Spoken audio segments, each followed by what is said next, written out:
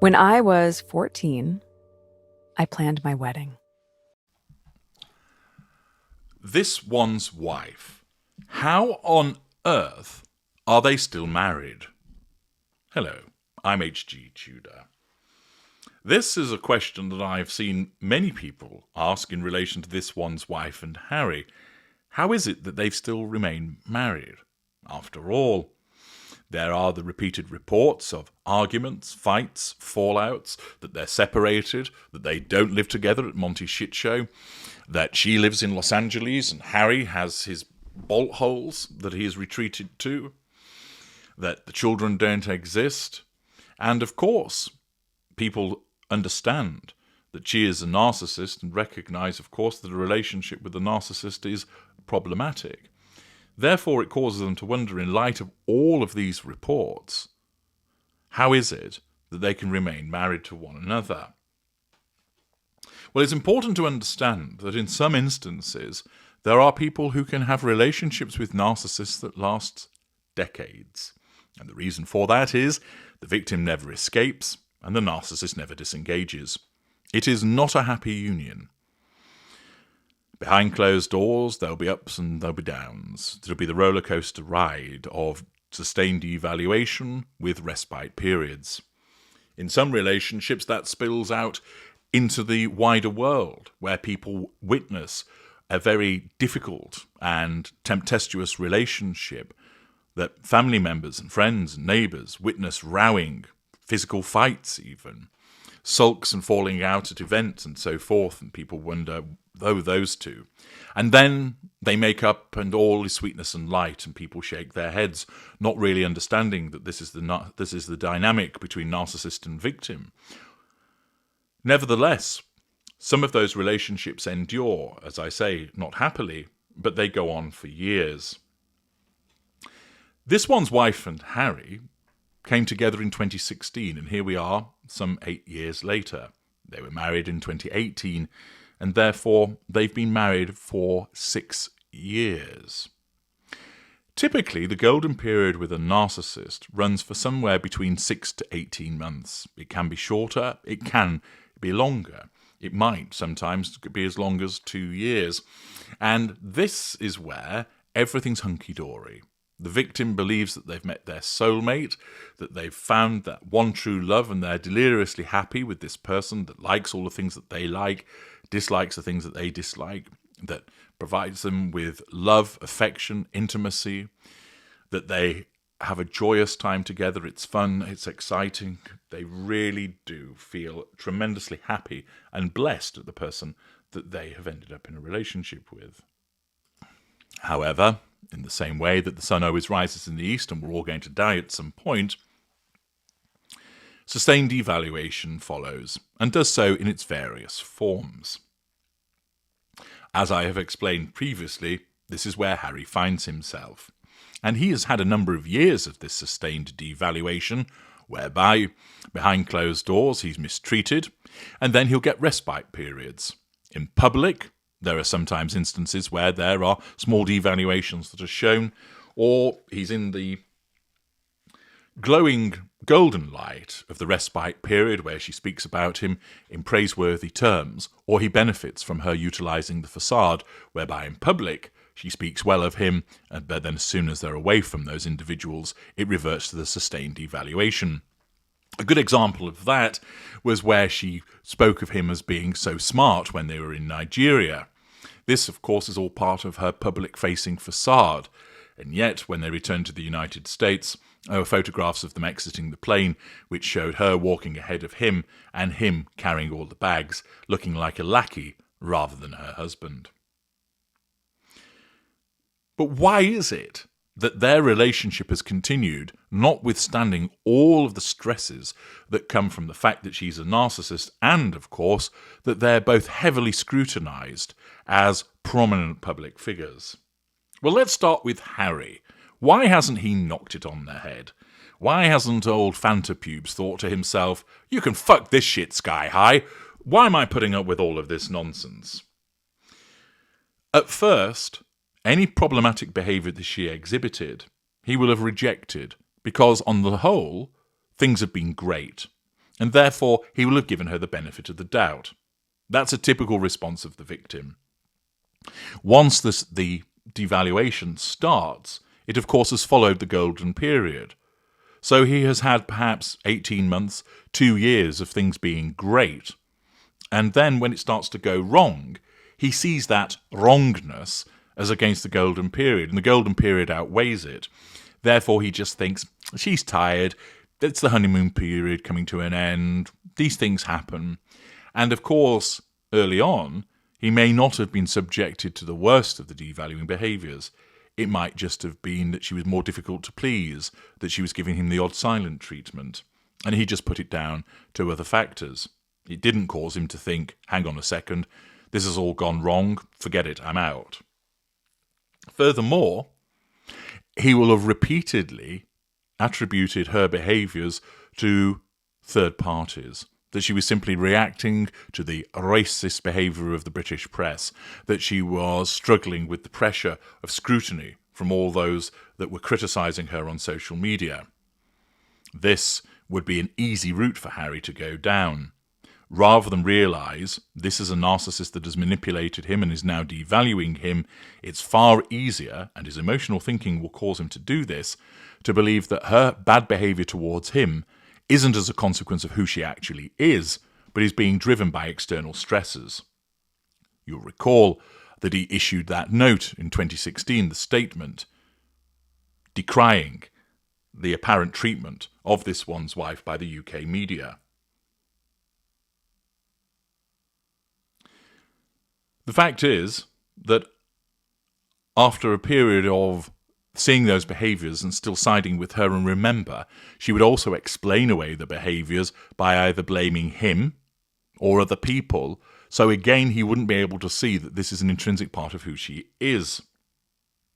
However, it's kept going, and he'll have seen more and more poor behaviour exhibited towards him and other people.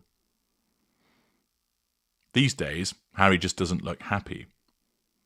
He often looks fed up, down, irritated, and he will repeatedly be subjected to her devaluing behaviours, and he'll see them. But there's 2 things that currently stop him from escaping and ending this marriage. The first is he's afflicted by his emotional thinking. He continues to love her. He wants the golden period back. He wants to get back to all of the great stuff when she really supported him, gave him loads of great sex, that they talked and laughed together, and life was wonderful and he felt special. That is highly addictive and hugely compelling. And because he doesn't understand that that can never truly be recovered, and in the first place it was an illusion, he continues to be guided by his emotional thinking, causing him to think that he can recover that, and thus he remains in the relationship. The second fundamental aspect that's stopping him from escaping is his own pride.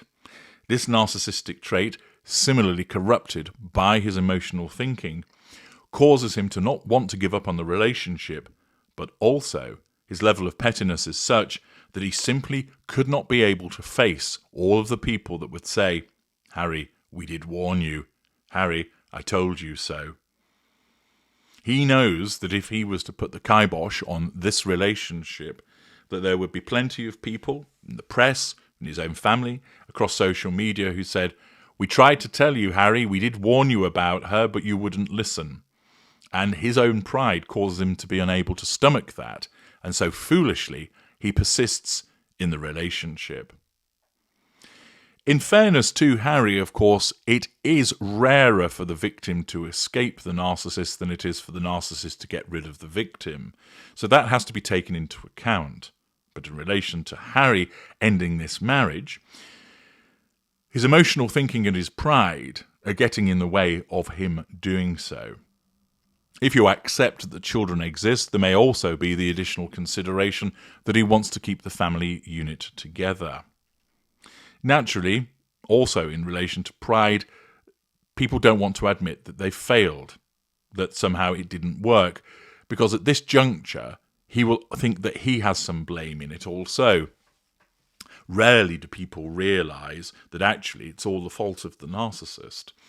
they invariably blame themselves, thinking they've played a part in its demise, that if they'd only tried harder, loved stronger, that they had perhaps changed some of their own behaviours, that perhaps it wouldn't have come to this. All of that is understandable but futile thinking. It is not going to stave off the behaviour of the narcissist or change it in any way. And the problem isn't that of the victim, the problem is the narcissist. Thus, Harry remains unlikely to escape, and I see that situation persisting. The only way that that might alter is if somebody intervenes and basically slaps him about the face with a frozen cod of logic so that he wakes up to what's actually going on and realises, thus diminishing his emotional thinking and overcoming his pride. But at the moment, that does not seem likely. What is more likely, of course, is the narcissist to disengage the victim. Though, why hasn't that yet happened in relation to this one's wife and Harry? Some people would think, well, if she clearly can't stand him as a consequence of the sustained devaluation, why not just get rid of him? Why not get rid of him at the end of the golden period? Well, the narcissist doesn't do so because the intimate partner primary source still serves a use. He still provides fuel. He can be controlled, but this time he's controlled through malign ways rather than benign ways. He still has character traits and residual benefits which are of use. It's just that the fuel has become stale when it's provided positively, thus precipitating the sustained devaluation. So the narcissist switches to devaluing that victim so that the victim now starts to pour with negative fuel.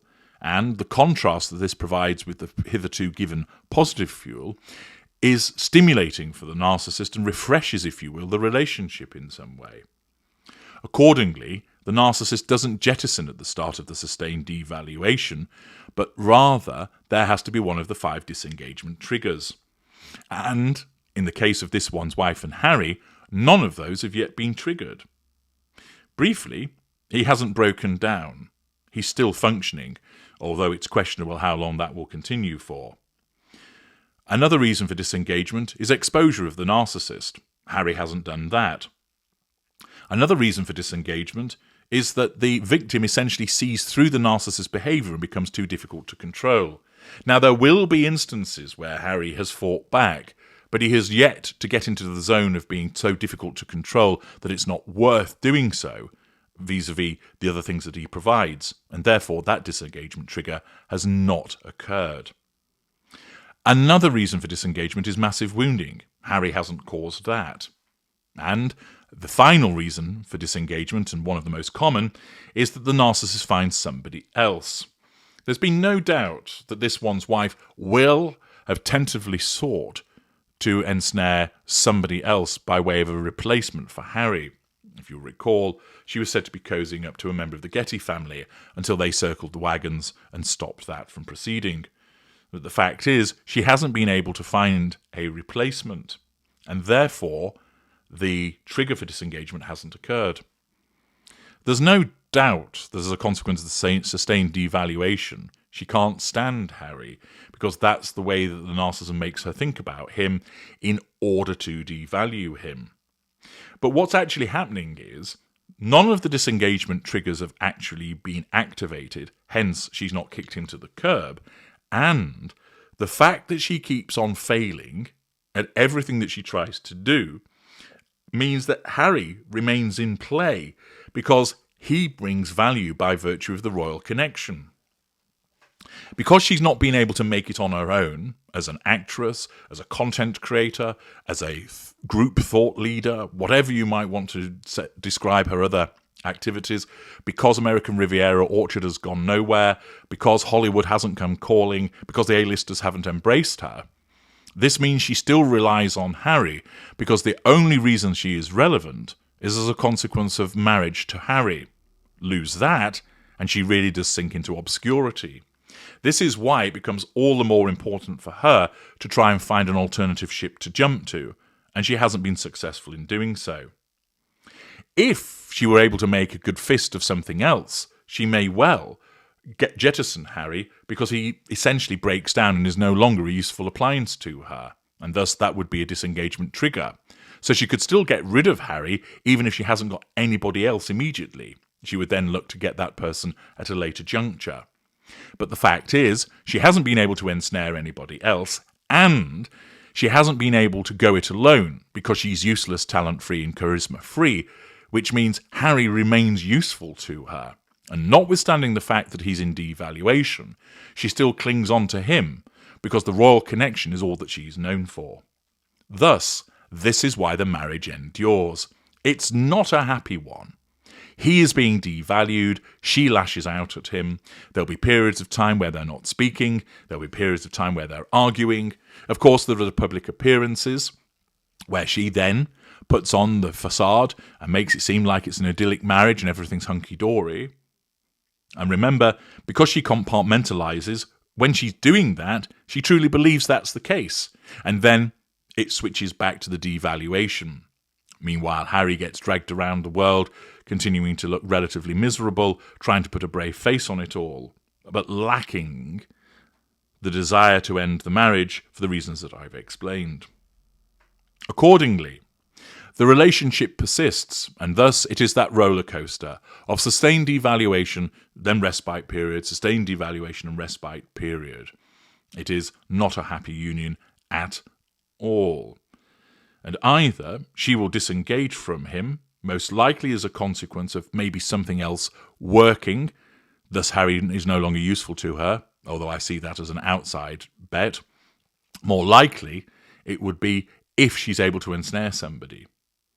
Or somebody causes Harry to wake up and realise what's truly going on, and that there's no hope for the relationship, so he gets out. Otherwise, this could continue to rumble on for a little while yet. I'm HG Tudor. Thank you for listening.